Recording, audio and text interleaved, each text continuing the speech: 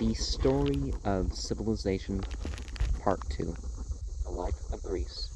The history of Greek civilization from the beginnings and of civilization in the Near East from the death of Alexander to the Roman conquest, with an introduction on the prehistoric culture of Crete by Durant. Chapter 5, Athens. Part 3, the Lesser States. In the western mainlands of Greece, life was content to be rural and subdued throughout Greek history, and is so today. In Locris, Attalia, Acarnania, and Ania, men were too close to primitive realities, too far from the quickening currents of communication and trade, to have time or skill for literature, philosophy, or art. Even the gymnasium and the theater, so dear to Attica, found no home here, and the temples were artless village shrines, stirring no national sentiment.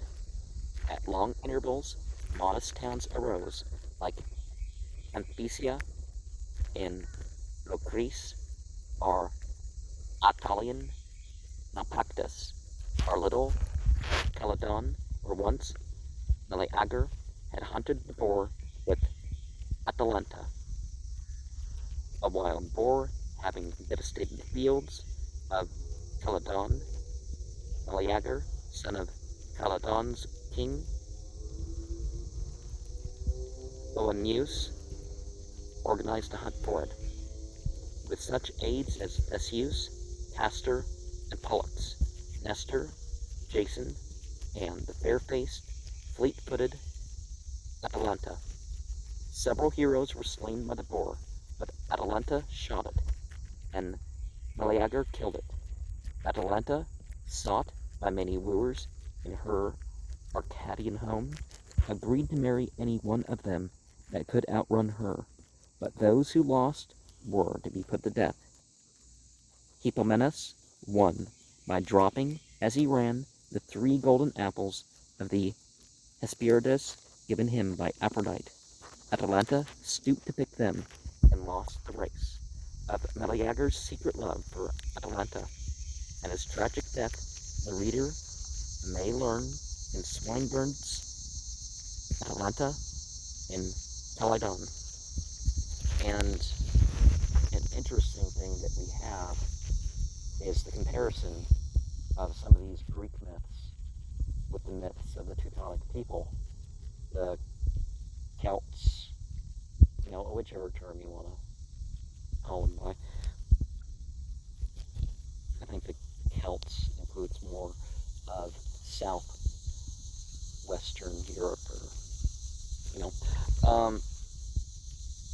on the west coast near Calydon is the modern Mesolongion, or Mesolongi, where Marco Bozzaris fought and Byron died.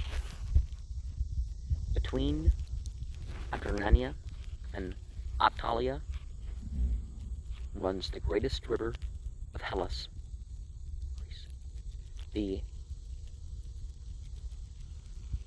Achelous, which the imaginative Greeks worshipped as a god, and appeased with prayer and sacrifice. Well, maybe they worshipped the god of the place. There's a difference. Near its sources in Epirus rises the Spercheius, along whose banks the little state of Ania once lived the pre-Homeric Achaeans and a small tribe called Hellenes, whose name, by the whims of usage, was adopted by all the Greeks. Towards the east lay Thermopylae, called the Hot Gates because of its warm sulfur springs and its narrow strategic pass from north to south between the mountains and the Malic Gulf. Then over Mount Othrus, north to south between mountains and the Malic Gulf. Then over Mount Othrus and through Achaia Theotis, one descends into the great plains of Thessaly. Here at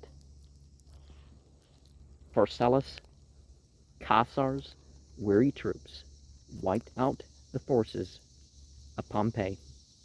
Nowhere else in Greece were the crops so rich as in Thessaly.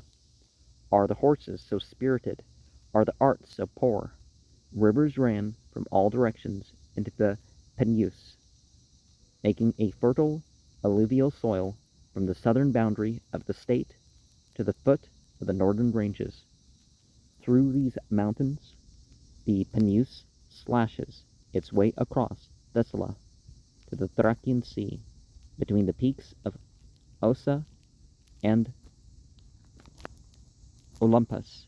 It carves the Vale of Tempe, i.e. a cutting, where for 4 miles the angry river is hemmed in by precipitous cliffs rising 1,000 feet above the stream. Along the great rivers were many cities: Thera, Granon, Trika, Larissa, Therton, Elatia, ruled by feudal barons living on the toil of serfs. Here in the extreme north is Mount Olympus, tallest of Greek peaks and home of the Olympian gods. You know what they call gods. On its northern eastern slopes, or maybe we're not translating it in a way that really captures the thing, because somebody worships it, if somebody doesn't worship it. Olympian entities. Okay.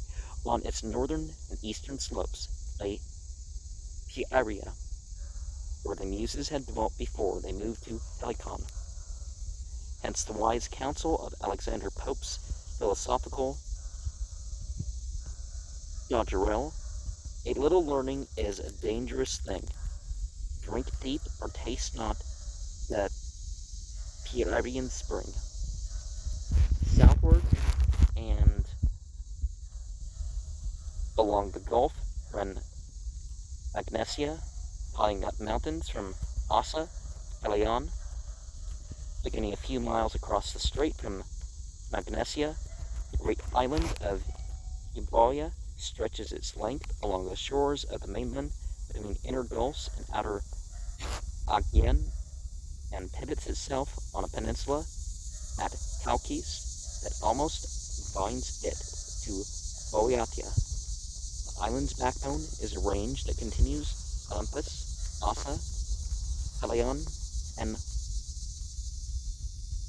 Ophrus, and ends in the Euphrates.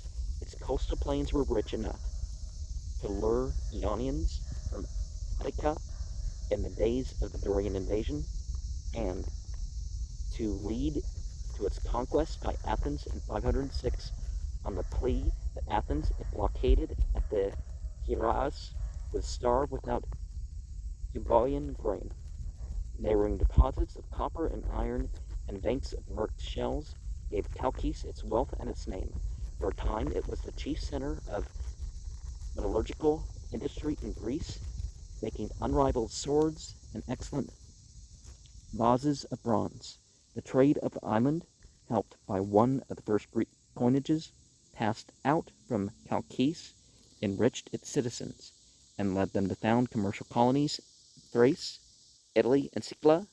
The Euboean system of weights and measures became almost universal in Greece, and the alphabet of Chalkis, given to Rome by the Euboean colony of the Italian Cuma, became through Latin the alphabet of modern Europe. A few miles to the south of Chalkis was its ancient rival, Eretria. Their Menedemus, a people of Plato, established a school of philosophy, but for the rest, neither Eretria nor Chalkis wrote its name very distinctly in the record of Greek thought or art. From Chalkis, a bridge,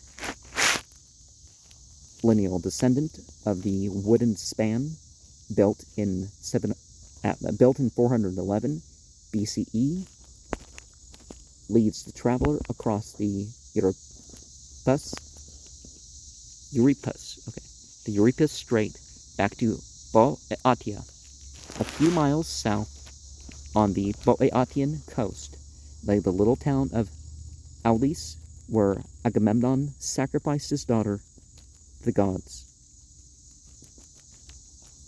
In this region once lived an insignificant tribe, the Graii, who joined the Euboeans in sending a colony to Cuma near Naples. From them the Romans gave to all the Hellenes whom they encountered the name Graiki, Greeks, and from that circumstance all the world came to know Hellas by a term which its own inhabitants never applied to themselves.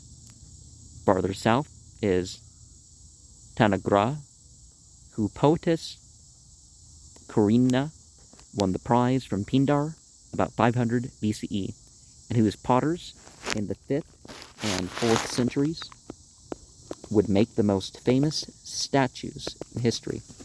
5 miles south again, and we are in Attica. From the peaks of the Parnus Range, we can make out the hills of Athens.